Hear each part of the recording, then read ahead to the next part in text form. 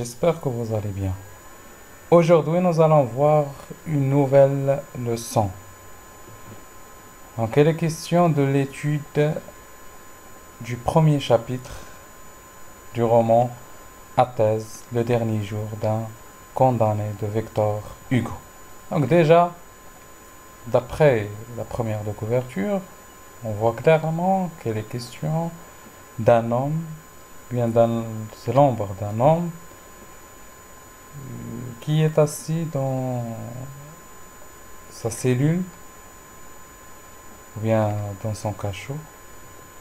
جالس واحد لا بيرسون واحد الشخص كيجلس في لا سيلول في الزنزانة ولا لو كاشو دونك ça veut dire الزنزانة où il y a une seule fenêtre اللي كاينة فيها واحد لا seule fenêtre نافذة وحيدة et avec des barreaux bien évidemment هاديك النافذة فيها des barreaux donc pour marquer l'emprisonnement باش كتماركي لينا l'emprisonnement donc السجن.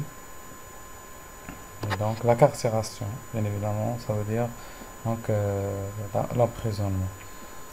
Et donc le dernier jour d'un condamné. Le dernier jour d'un condamné, ça veut dire en arabe آخر يوم لمحكوم عليه. Mais d'un condamné à quoi? On ne sait pas. محكوم عليه بماذا? Donc لا نعلم. Donc on a dit c'est un roman de Victor Hugo. Victor Hugo est l'un des grands écrivains français connus au 19e siècle. Il a assisté dans son enfance à beaucoup de spectacles d'exécution. Donc Victor Hugo, كان من les écrivains في l'enfance ديالو في الصغر ديالو اللي حضر المجموعة من les spectacles الاحتفال بالإعدام. كانوا كيحتفلوا بالإعدام. Surtout la guillotine, en utilisant la guillotine, surtout et donc cela est resté gravé dans sa mémoire.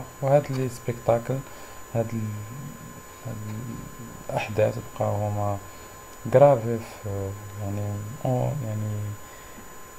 مسجلين في la mémoire ديالو في الذاكرة ديالو. Donc ce qui l'a poussé après à écrire ce roman pour défendre une thèse.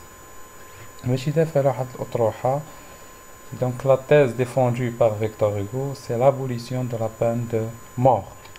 الأطروحة اللي كيدافع عليها Victor Hugo هي حذف الإعدام. Là c'est une autre édition, mais cette fois-ci dans l'image vous avez la place de grève, la guillotine aussi.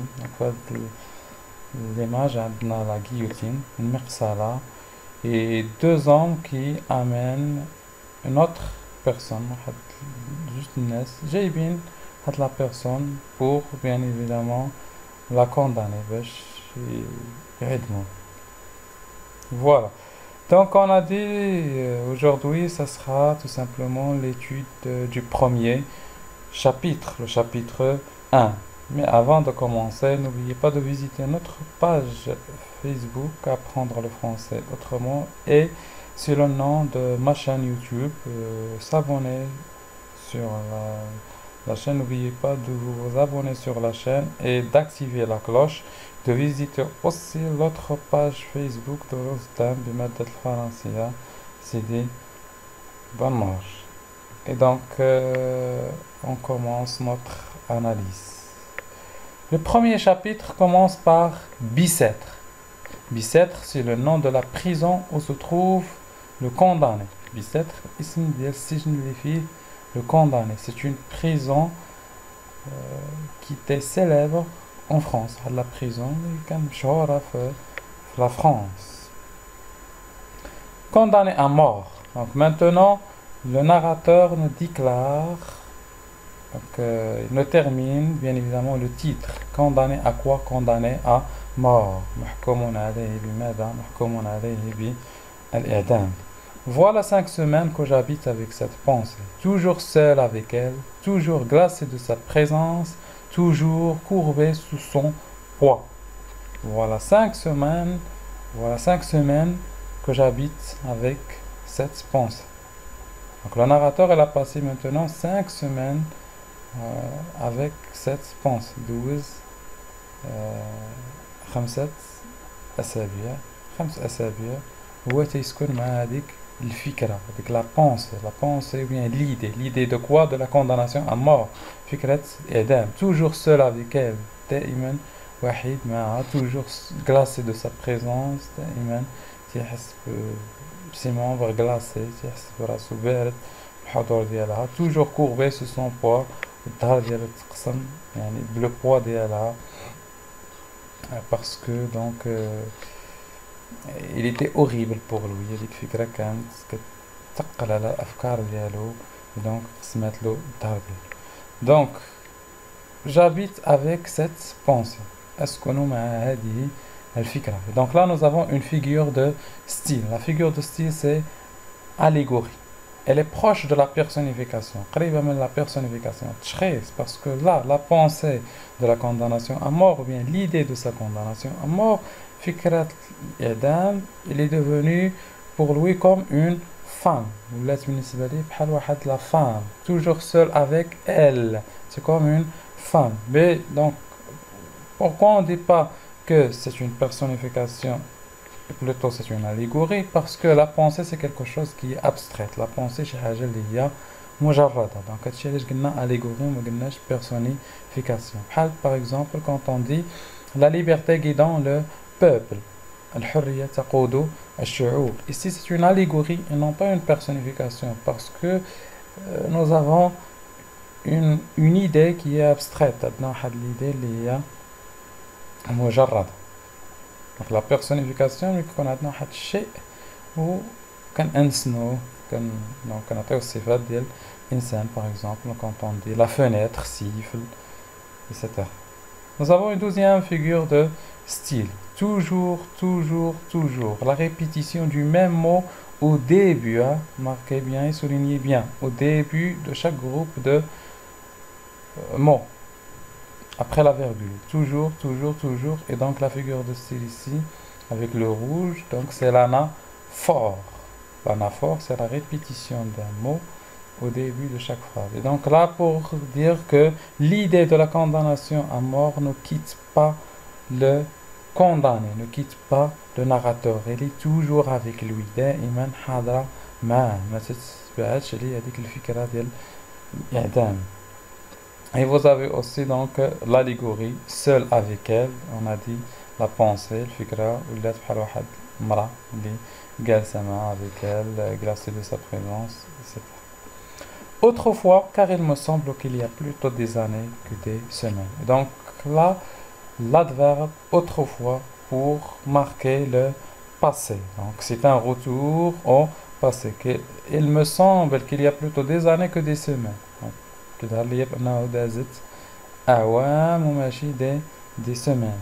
Donc ça veut dire que une semaine pour lui c'est déjà des années. بالنسبة لي هو واحد الأسبوع راه سنوات في لا بريزون هو تيدوزو في لو كاشو هو تيدوزو في زنزانة. J'étais un homme comme un autre homme. Donc ici une figure de style claire elle est facile c'est la comparaison. كنت واحد إنسان بحال أي إنسان. Chaque jour, chaque heure, chaque minute avait son idée.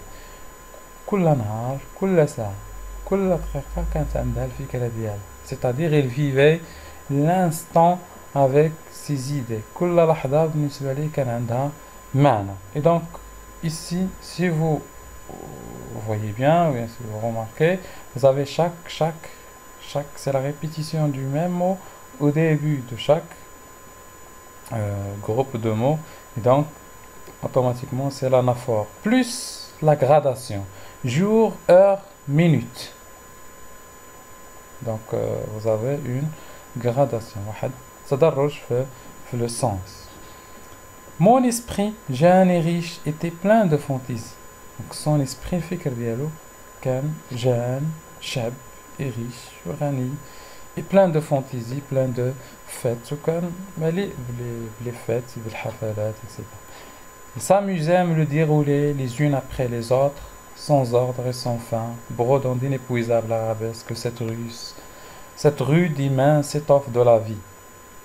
C'étaient des jeunes filles, de splendides chapes d'évêques, des batailles gagnées, des théâtres pleins de bruit de lumière, et puis encore des jeunes filles, de sombres promenades la nuit sous les larges bras des marronniers. Donc c'était des jeunes filles. Donc regarde le passé dialogue, les jeunes filles.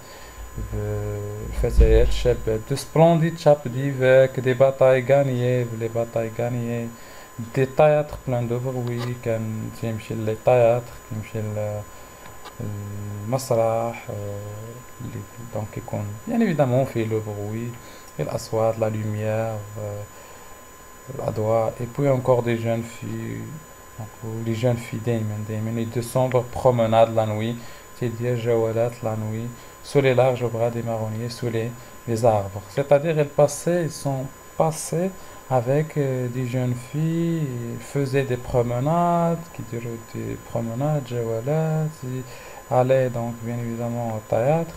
Et donc là, nous avons une autre figure de style, je n'ai pas mentionné donc cette figure de style. C'était des jeunes filles de splendides chapes d'évêques, des batailles gagnées, des théâtres pleins de bruit, etc. Donc c'est une énumération. Donc, elle énumère les activités qu'il faisait donc dans son passé. C'était toujours fait dans mon imagination. كان ديما احتفال في l'imagination ديالو في المخيلة ديالو ديما كان واحد احتفال. Je pouvais penser à ce que je voulais, j'étais libre. Et donc là, il termine son paragraphe par donc montrer que son passé c'était un passé de liberté. Et donc là, dans ce paragraphe, il parle de quoi? Il parle de son passé. Et donc c'est un retour en arrière, c'est un flashback.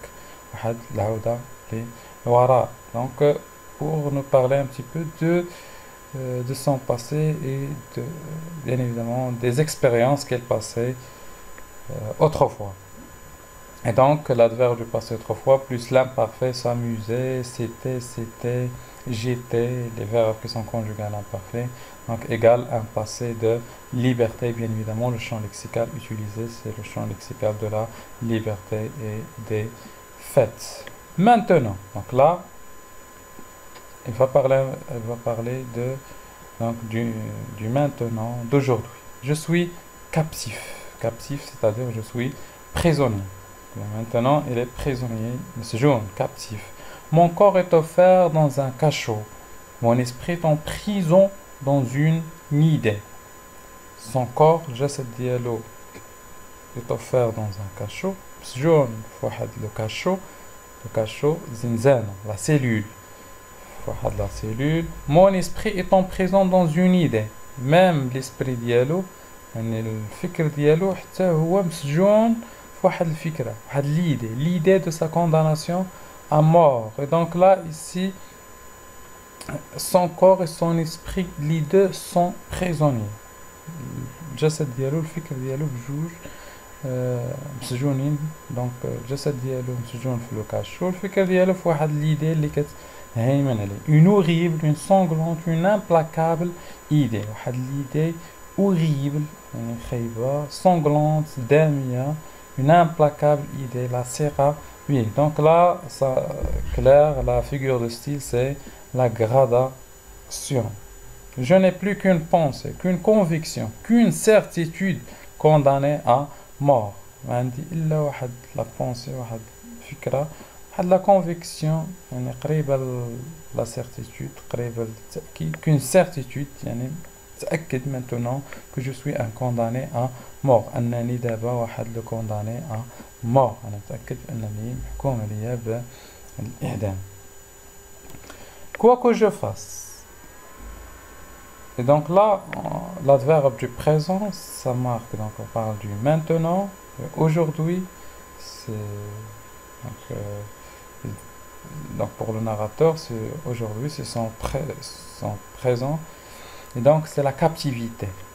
C'est donc le présent dialogue, c'est un présent de captivité, de signe d'emprisonnement, de captivité ou bien d'emprisonnement. Quoi que je fasse, il est toujours là, cette pensée infernale. Donc, la pensée, l'idée infernale, الفكرة الجحيمية, elle est toujours là. دايما كاينة Mais l'Indien, elle est toujours là. Une pensée infernale, une pensée comme l'enfer. واحد الفكرة بحال الجحيم. Donc là, c'est comme une comparaison sans outil de comparaison. Donc c'est une métaphore. La figure de style, c'est une métaphore. Comme un spectre de plomb à mes côtés. Là, c'est une comparaison, elle est claire. Comme un spectre, l'idée de la condamnation, elle n'est plus comme une femme, elle est devenue comme un spectre. ولات بحال بقاتش دونك ما بقاتش كتبان له غير كوم اون فام بحال واحد المراه واحد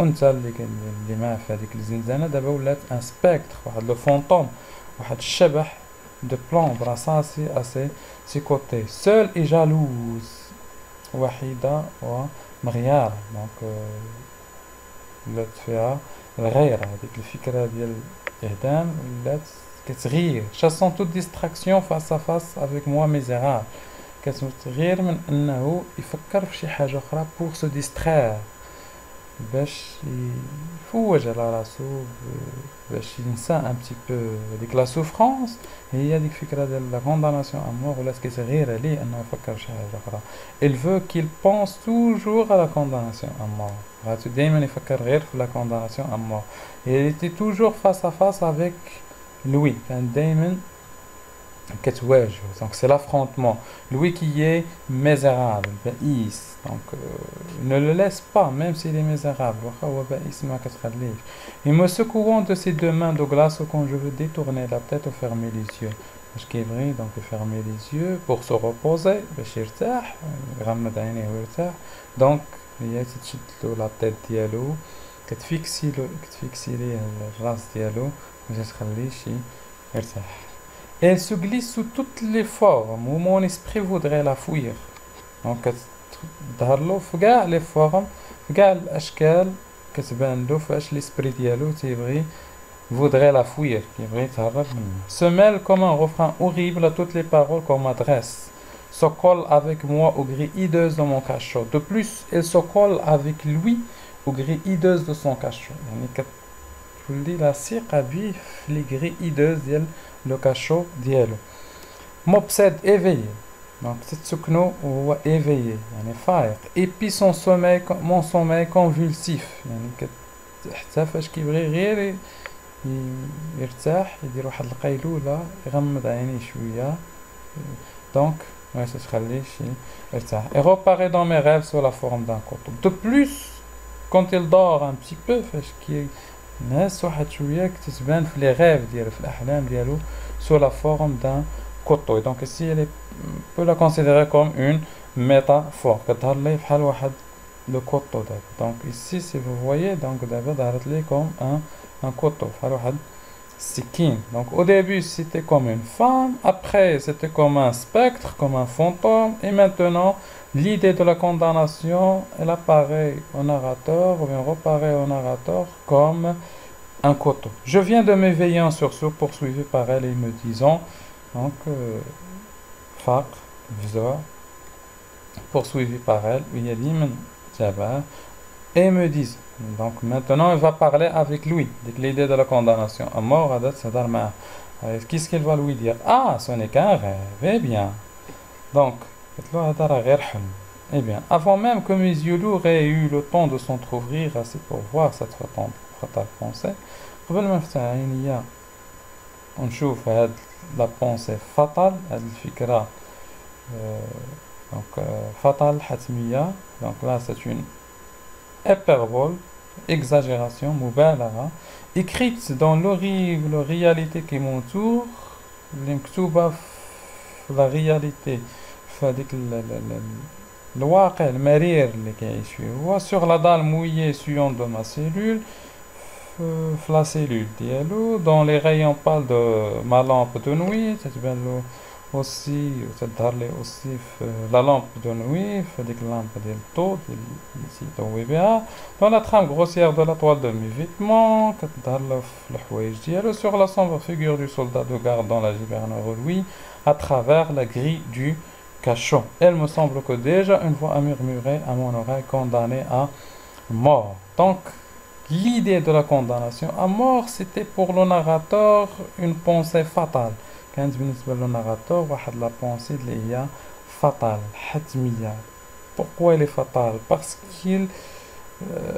qu'il se trouve dans toute la cellule كاينة في الزنزانة كاملة dans bien évidemment dans les rayons pas de sa lampe, la lampe ديالو, les vêtements, la sombre figure ديال le soldat, même هذاك le soldat, هذاك le garde اللي تيجي عنده حتى هو ولا تتبان له فيه l'idée de la condamnation à mort. Et donc là l'idée de la condamnation à mort elle obsède le narrateur, elle obsède ses sens, كتستحوذ حتى على الحواس ديالو, le regard, même son regard quand il veut voir quelque chose, donc elle apparaît devant lui فاش كيبغي يشوف شي حاجة donc هي تتبان له قدامه, donc il ne le laisse pas, donc ما تخليش يرتاح. Et donc là si vous avez remarqué, on a commencé le chapitre par Bicêtre, le lieu où se trouve le narrateur en général,